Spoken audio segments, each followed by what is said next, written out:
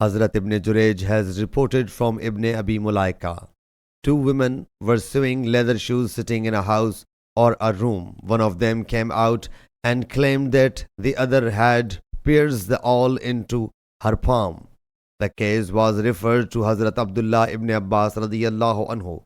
Hazrat ibn Abbas radiyallahu anhu said that Allah's Apostle sallallahu alaihi wasallam had said, if people were to be granted in accordance with their claim, many a people would lose their lives and property.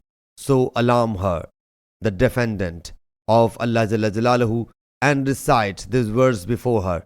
Those who accept mean price in exchange of their covenant with Allah Almighty and their oaths. So when she was reminded of the fear of Allah Jalla Jalaluhu, she confessed her crime. Hazrat Ibn Abbas radiyallahu anhu reports that the Prophet sallallahu alaihi wasallam said, the oath is on the defendant provided the plaintiff cannot bring any proof. Sahih Bukhari Hadith number 4552.